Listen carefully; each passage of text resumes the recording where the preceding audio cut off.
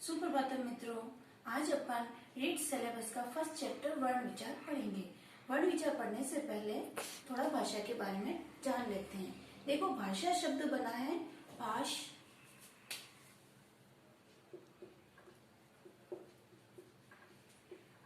धन आप प्रत्यय से भाषा शब्द बना है। ठीक है ना। अब भाषा के दो प्रकार होते हैं, लिखित होता है, मौखिक होता है। लिखित जो होता है वो लिपिबद्ध होता है और मौखिक जो होता है वो ध्वनिबद्ध होता है। ठीक है। और भाषा के दो अंग होते हैं। भाषा के दो अंग देखो कौन से होता है। एक तो होती है साहित्य, एक होता है व्याकरण। साहित्य और व्याकरण। साहित्य जो होता है वो होता है लोक हितकारी जो काव्य लिखे जाते हैं। हितेन युक्तम काव्यम साहित्य, यानी हित से युक्त जो काव्य लिखे जाते हैं उनको साहित्य कहते हैं। और व्याकरण व्याक्रियन्ते व्युत्पाद्ये शब्दा अनिनेति व्याकरणम, यानी कि जो शब्दों का निर्माण या रचना की जाती है उनकी शुद्धि अशुद्धि के बारे में जो ज्ञान होता है उसे ही व्याकरण कहते हैं। ठीक है। व्याकरण शब्द बना है वी आम क्र ल्युट प्रत्यय से व्याकरण शब्द बना है। देखो, ल्युट प्रत्यय में क्या होता है। ल्युट में ल और ट की संज्ञा हो जाती है, जो युवाण नाभि सूत्र से अन हो जाता है और व्याकरण शब्द सिद्ध होता है।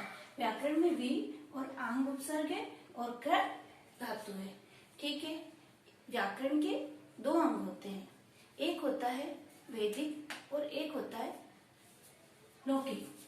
वैदिक जो होता है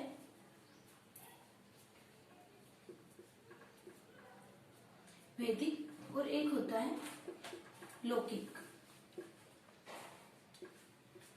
वैदिक जो होता है वैदिक व्याकरण और एक है लौकिक व्याकरण। देखो, वैदिक व्याकरण में क्या होता है, जो वेद से संबंधित शुद्ध अशुद्धि का जो ज्ञान कराता है उसे तो कहते हैं वैदिक व्याकरण। और लौकिक जो लोक प्रचलित अभी जो व्याकरण है वो प्रायोगिक है, वो है लौकिक। अभी अपन पहले वैदिक के बारे में पढ़ते हैं, वैदिक व्याकरण के बारे में, उसके बाद में पढ़ेंगे लौकिक। इससे पहले मैं आपको थोड़ा सा वो बता देती हूँ। देखो, व्याकरण के द्विमुनि परंपराएं हैं। व्याकरण की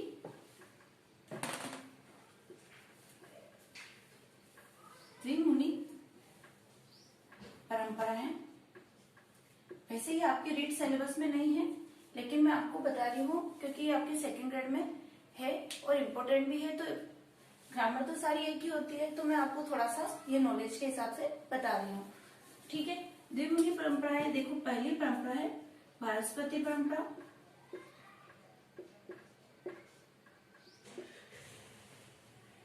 पहली है वाचस्पति परंपरा, दूसरी है माहेश्वरी परंपरा।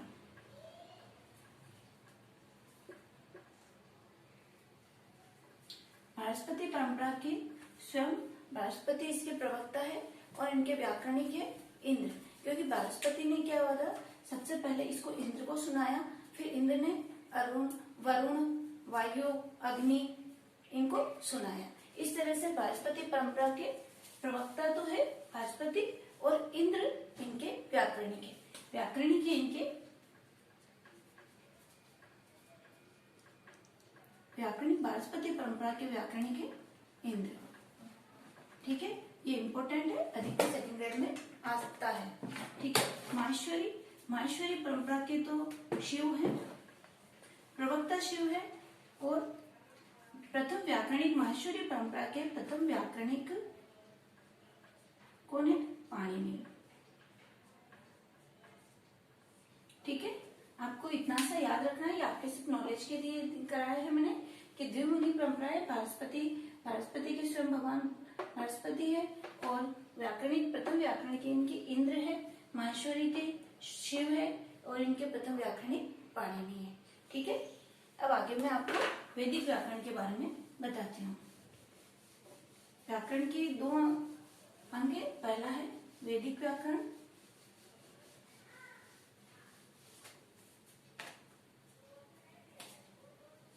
देखो वैदिक व्याकरण के बारे में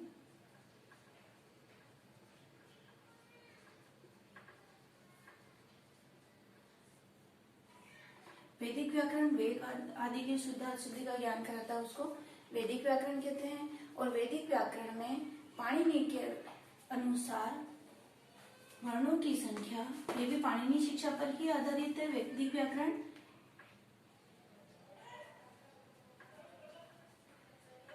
पाणिनि शिक्षा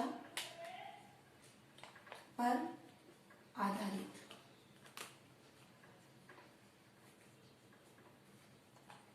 ये पाणिनि शिक्षा पर आधारित है, ठीक है। और लिख देती हूँ शॉर्ट, पाणिनि शिक्षा पर है आधारित है, ठीक है। और पाणिनि के अनुसार वैदिक व्याकरण में वर्णों की संख्या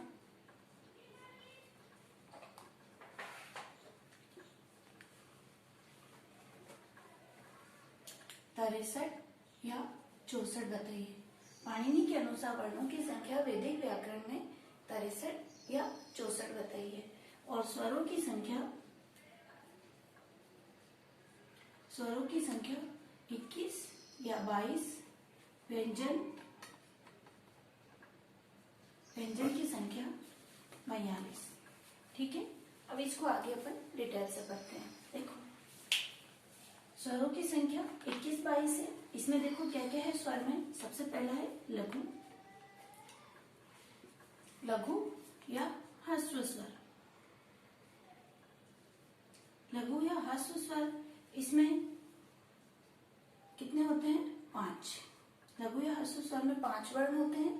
पहला देखो अ, ई, उ, री और ऋ, ठीक है। लघु और ह्रस्व स्वर में 5 स्वर होते हैं, अ, ई, उ, री, ऋ, ठीक है। आगे है दीर्घ स्वर। दीर्घ या गुरु, ठीक है। दीर्घ या गुरु इसमें 8 होते हैं। देखो कौन कौन से। आ, इसमें सारे दीर्घ आएंगे। ई, उ,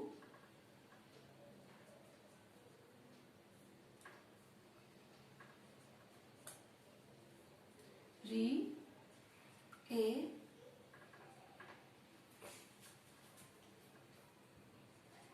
ओ, आई, औ।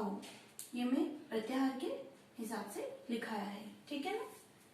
एवोच है ना, एवं एवोच, उसके हिसाब से मैंने एओ, ए, ओ, आई, औ लिखा है, ठीक है।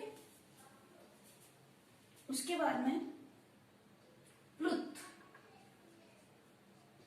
देखो प्लुत में क्या होता है, ध्वनि, इसकी ध्वनि थोड़ी दीर्घ होती है। देखो कैसे प्लुत में क्या क्या आता है। प्लुत में होते हैं 9 वर्ण। पहले कौन कौन सा है? अ, ई,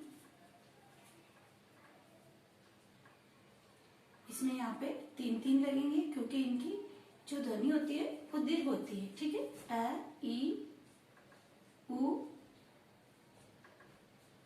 री, ऋ,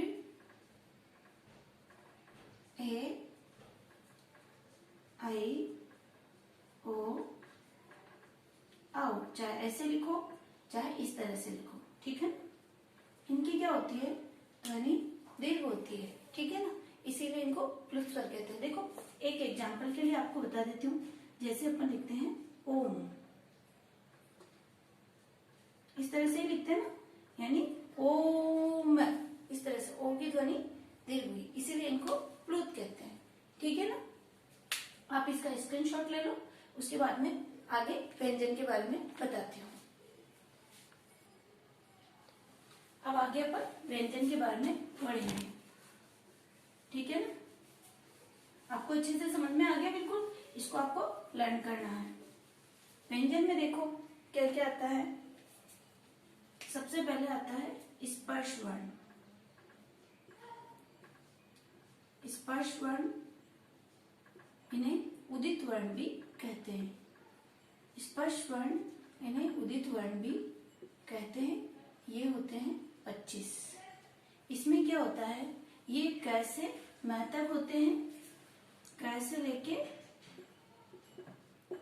कैसे मैं तक होते हैं और इस तरह से इनको लिखते हैं, जैसे को, फिर जैसे च है तो चू, फिर ट वर्ग है तो टू, ठीक है ना, को चू टू तू, ट वर्ग है तो तू, ठीक है, तू थू दू दू, इस तरह से। इसमें क्या होता है, उ वर्ग की इस संज्ञा हो जाती है, इसीलिए इसको उदित वर्ण कहा जाता है, ठीक है। इनको कैसे लेके कहाँ तक होते हैं, ये मैं तक। उदित वर्ण या स्पर्श वर्ण ये होते हैं कैसे लेके मैं तक, ठीक है। आपको ये याद कर लेना, ठीक है। आगे अब पढ़ते हैं अपन अयोगवाह।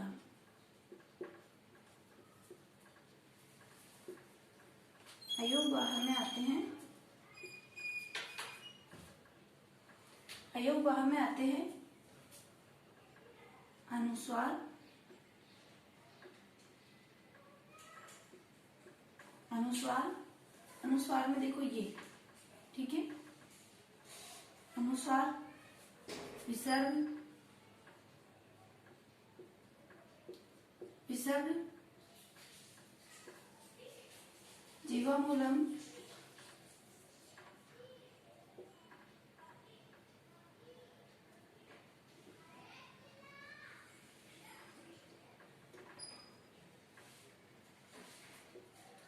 जीवामूल्य, जीवामूल्य के अंदर आते हैं, इनमें पहले अर्ध विसर्ग आता है। क्या आता है जीवामूल्य में, पहले अर्ध विसर्ग, उसके बाद में आता है उपद्यमान्य। एक है जीवामूल्य, एक, उसके बाद में एक है उपद्यमान्य, उपद्यमान्य, उपद्यमान्य में आता है, पहले इसमें भी अर्ध विसर्ग आता है। देखो क्या क्या आता है, एक तो आता है प, एक होता है फर, इसमें पहले ही अर्ध विसर्ग आता है, उपद्यमान्य कहते हैं। ये होते हैं अयोगवाह, होते हैं 4। कितने होते हैं, 4। देखो स्पर्श वर्ण, उदित वर्ण 25 होते हैं, ये कैसे मैं तक होते हैं। अयोगवाह, अनुस्वार, विसर्ग, जीवामूल्य, उपद्यमान्य, ये होते हैं 4। इनको बोलते हैं अयोगवाह, इन सारे को, ठीक है। अब आता है अंतः स्तर,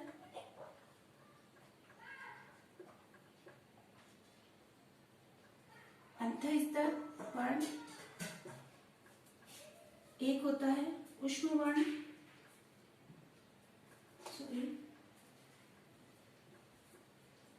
ऊष्म वर्ण,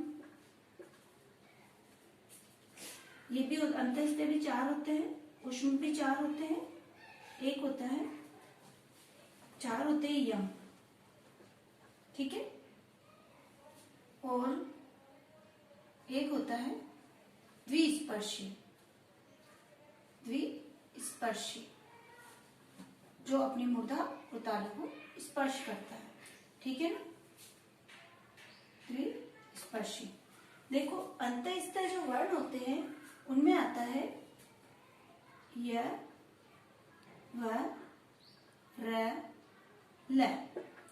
वैसे तो ये र लगा होता है, लेकिन अपन प्रत्याहार के अनुसार ही इसको करेंगे, ठीक है। इसके बाद में ऊष्म वर्ण, ऊष्म वर्ण, ऊष्म वर्ण में होता है श, श, स और ह, ठीक है।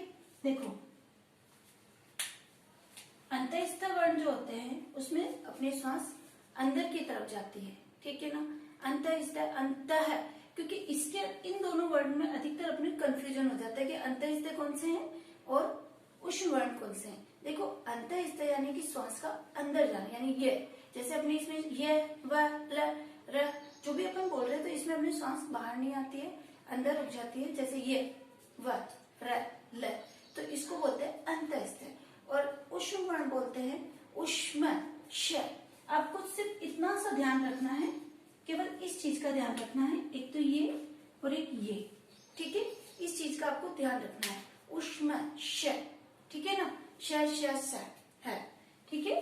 तो ये है ऊष्म वर्ण, श श स है, और यम 4 होते हैं और द्विस्पर्शी एक द्विस्पर्शी होता है। ठीक है, यानी कितने हुए देखो, 4 अयोगवाह हो गया। मैं यहाँ लिख देती हूँ इसको, अच्छा ये लिख दिया मैंने, यहाँ पे ब्लैक से कर देती हूँ ताकि आपको अच्छे से समझ में आ जाए।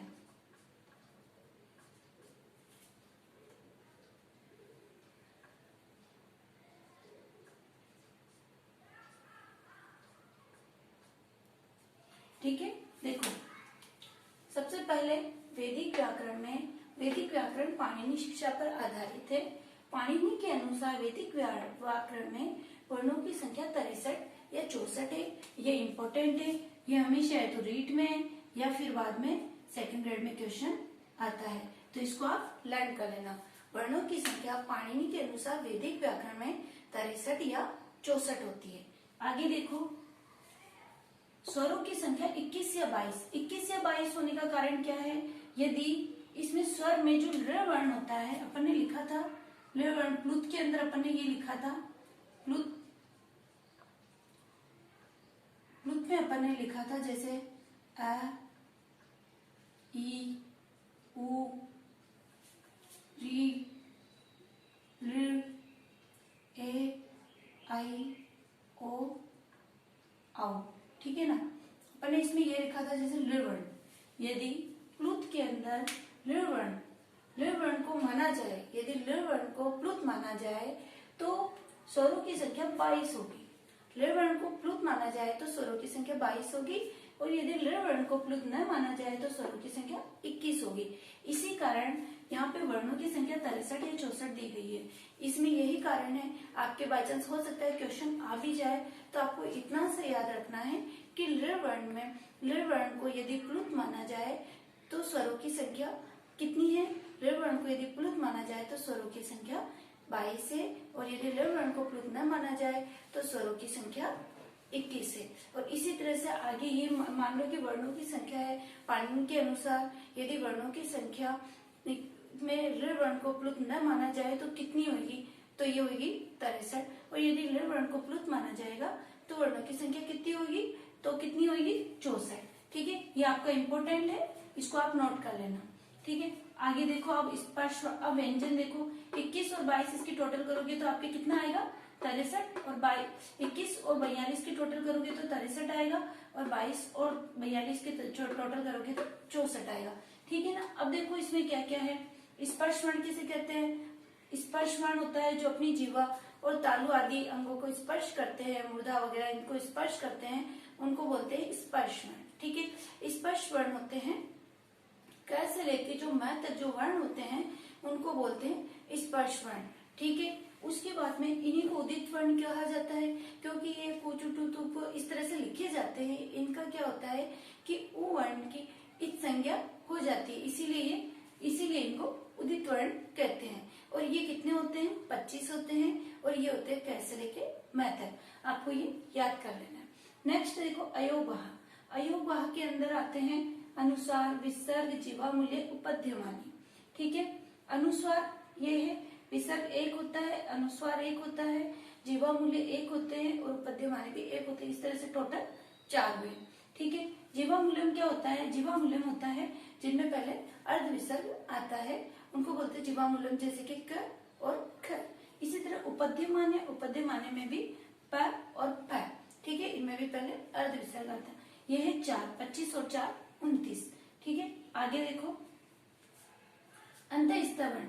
अंतःस्थ वर्ण में क्या होता है कि श्वास का जैसे अंदर, ठीक है, उसको बोलते हैं अंतःस्थ, जैसे य व र ल। ठीक है, ये है अंतःस्थ। इनको ऐसे ही लिखना है माहेश्वरी सूत्रों के अकॉर्डिंग, इसीलिए मैंने इसको ऐसे लिखा। ये है 4। ठीक है, अंतःस्थ के बाद है 4 उष्म वर्ण। ठीक है ना, उष्म वर्ण में 4 उष्म। इससे आपको, अगर आपको कभी कंफ्यूजन में हो जाए कि मतलब उष्म वर्ण क्या है, अंतःस्थ कभी हो जाता है, एकदम एग्जाम में डिप्रेशन में एकदम कंफ्यूज हो जाते हैं, तो आपको बस इतना सा याद रखना है कि इसमें श आ रहा है बीच में, तो आपको डायरेक्ट बस ये आते ही आप समझ जाना है ये उष्म वर्ण है और श है। ठीक है, आगे है 4 यम। उसके बाद में है द्विस्पर्शी। द्विस्पर्शी जो मुर्दा तालु आदि को स्पर्श करता है। ठीक है, इस तरह से ये टोटल हुए 42। इस तरह से वैदिक व्याकरण में व्यंजन की संख्या 42, स्वरों की संख्या 21-22, टोटल है 63-64। ठीक है, आपको ये याद रखना है, आप इसका स्क्रीनशॉट ले लीजिए। और आपसे इतना सा ध्यान रखना है कि प्लुत को यदि लृ वर्ण माना जाए तो स्वरों की संख्या 64, और यदि लृ वर्ण को प्लुत न माना जाए तो स्वरों की संख्या 63। बस ओके, आप स्क्रीनशॉट ले लीजिए। ठीक है, आपको ये अच्छे से समझ में आ गया है वैदिक व्याकरण क्या है, लौकिक व्याकरण क्या है, साहित्य क्या है, व्याकरण क्या है। ठीक है, लौकिक व्याकरण में जैसे लौकिक व्याकरण है जो अपने प्राकृतिक, अभी जो व्याकरण है वो वैदिक है, वेद वेदादि से संबंधित जो व्याकरण है, वैदिक शिक्षा पाणिनि पे आधारित है। ये आपको सारा अच्छे से समझ में आ गया। स्वर कितने हैं, व्यंजन कितने हैं, ठीक है, उनमें सबसे इम्पोर्टेंट केवल ये है, अधिकतर ये एग्जाम में आपके आता है और हर एग्जाम में आता है, रीएट हो या सेकंड ग्रेड, हमेशा ये वाला क्वेश्चन आता है। ठीक है, ये आपका भाग 1 कंप्लीट हो गया है। अब कल भाग 1 भाग 2 पढ़ेंगे। अब आप इस चैनल को सब्सक्राइब करो, वीडियो को लाइक और शेयर करो। Okay, bye.